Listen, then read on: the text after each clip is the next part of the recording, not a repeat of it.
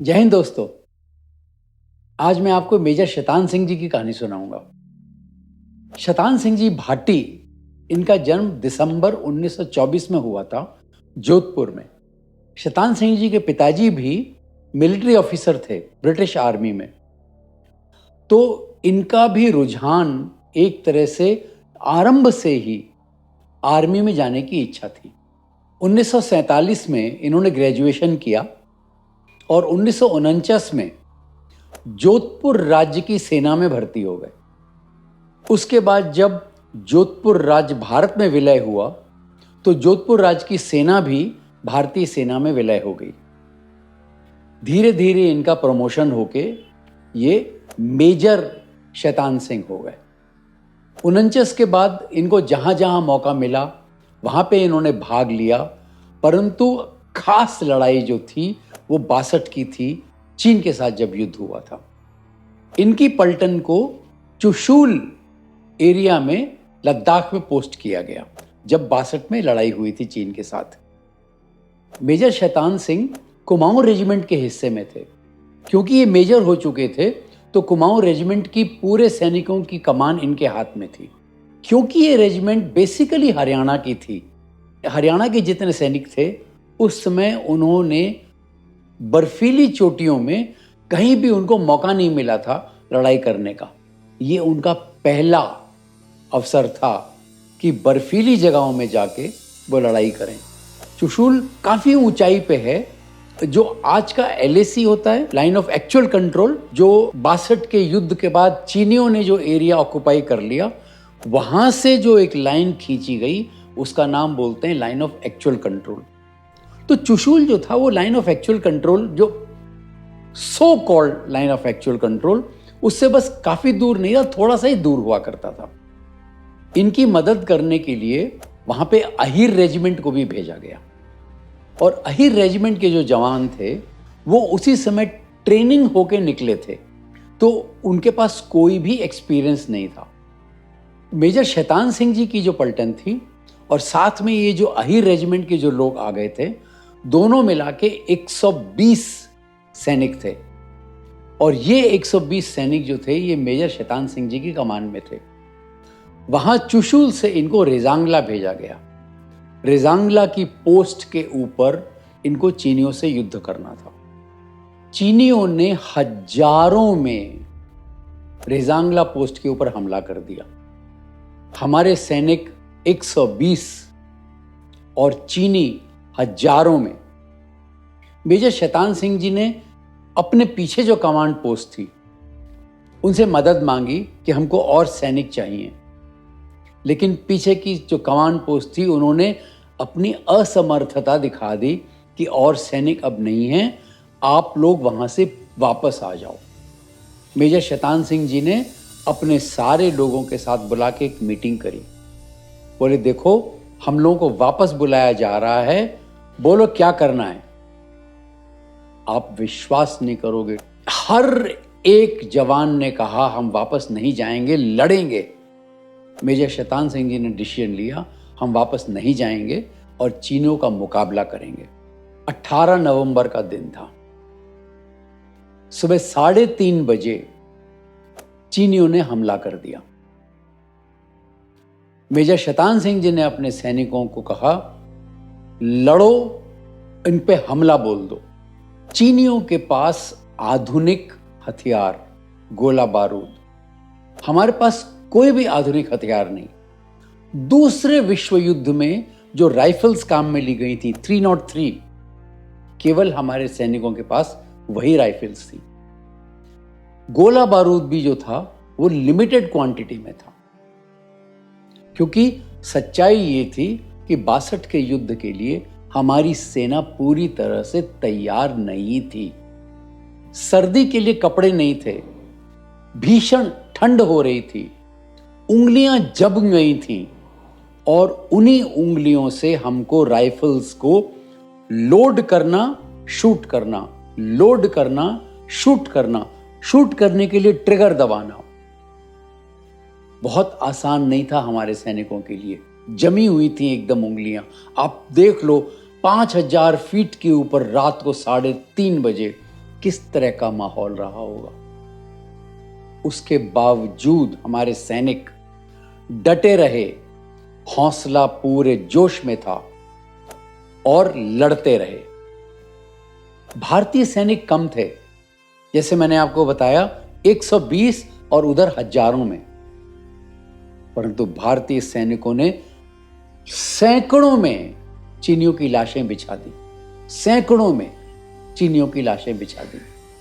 अब चीनियों ने मॉर्टर और रॉकेट से हमला कर दिया। भारत के बंकर्स समाप्त होने लग गए। धीरे धीरे हमारी सेना जो है वो पीछे हटने लगी। कई सारे हमारे जवान शहीद हो गए, वीरगति को प्राप्त हो गए। परंतु सारे जवानों ने सोच लिया, आज शहादत का दिन है, आज वीरगति प्राप्त करने का दिन है, जैसे भी होगा हम अपनी जितनी क्षमता होगी उससे हम लड़ाई करेंगे। एक बार बीच में युद्ध में विराम आया, चारों तरफ धुआं ही धुआं। जैसे वो धुआं थोड़ा सा छंटा, एक तरफ से हमने देखा कि यैक्स के ऊपर कुछ सैनिक आ रहे हैं। याक एक जानवर होता है जो हिमालय में होता है। याक के ऊपर बैठे हुए कुछ सैनिक आ रहे हैं। मेजर शैतान सिंह जी ने सोचा कि पीछे से हमारी मदद के लिए और सैनिक आ रहे हैं, पर सच्चाई ये थी कि वो चीनी सैनिक थे जो वापस हमला करने के लिए आ रहे थे। अचानक चीनियों ने हमला कर दिया और इस हमले में हमारे मेजर शैतान सिंह जी भी घायल हो गए। पट्टी बांधी गई। पट्टी बांधने के बाद भी वो लड़ते रहे। जो सैनिक बचे थे सारे के सारे लड़ते रहे। सुबह 8 बजे युद्ध समाप्त हुआ। हर जवान ने घायल होने के बावजूद भी जब तक शहीद नहीं हुआ लड़ाई जारी रखी। भारत की सेना का जो युद्ध का इतिहास है दोस्तों, रेजांगला का जो ये युद्ध है, वो शायद ही ऐसा युद्ध कहीं किसी भी और पोस्ट पे लड़ा गया होगा। इसको प्रसिद्ध युद्ध माना जाता है। मेजर शैतान सिंह जी के हाथ में चोट लग गई। वो हाथ से गन चलाने लायक नहीं रहे। उन्होंने रस्सी एक बांधी और रस्सी से खींच खींच के उन्होंने बंदूक को लोड किया और फायर किया। 120 सैनिक मतलब 4 प्लाटून होती है। 4 प्लाटून अलग अलग जगह थोड़ी थोड़ी दूर पे बैठ के लड़ाई लड़ रही थी। एक प्लाटून से दूसरी प्लाटून, दूसरी प्लाटून से तीसरी प्लाटून, तीसरी प्लाटून से चौथी प्लाटून। मेजर शैतान सिंह एक के बाद एक हर जगह जा रहे थे और हर सैनिक का हौसला बढ़ा रहे थे। इतने में उनको जोर से गोली लगी, घायल हो गए, गिर पड़े। 2 सैनिकों ने उनको उठा के लाने की चेष्टा करी। जब वो उठा के ला रहे थे तो इन्होंने देखा कि फायरिंग चल रही है, सैनिकों की जान खतरे में है। उन्होंने कहा, मुझे छोड़ दो और यहां से तुम लोग पीछे हटो। सैनिकों ने उनको नहीं छोड़ा, एक चट्टान के पीछे उनको छुपा दिया और फिर लड़ाई लड़ने लग गए। लड़ाई के अंत में उसी पत्थर के पीछे मेजर शैतान सिंह जी का पार्थिव शरीर मिला।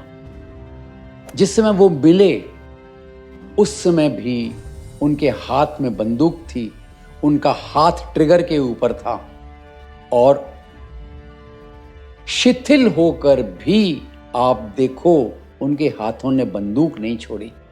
120 सैनिकों ने दोस्तों 1300 चीनियों का नरसंहार किया। 1300 चीनियों की लाशें बिछा दी गई, परंतु हमारे 120 सैनिक, 114 सैनिक शहीद हो गए और 6 सैनिक बंदी बना लिए गए। जिस बहादुरी से रेजांगला पोस्ट को बचाने के लिए दोस्तों मेजर शैतान सिंह जी के कमान में ये जो प्लाटून लड़ी थी, चीनियों ने भी उसका लोहा माना और मरणोपरांत मेजर शैतान सिंह जी को भारत ने परमवीर चक्र से सम्मानित किया। दोस्तों केवल मेजर शैतान सिंह जी को ही नहीं, इस टुकड़ी के 5 जवानों को वीर चक्र दिया गया और 4 जवानों को सेना मेडल मिला।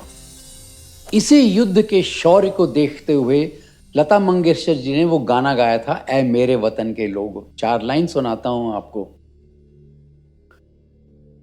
थी खून से लथपथ काया, फिर भी बंदूक उठा के 10-10 को एक ने मारा, फिर गिर गए होश गंवा के, फिर गिर गए होश गंवा के।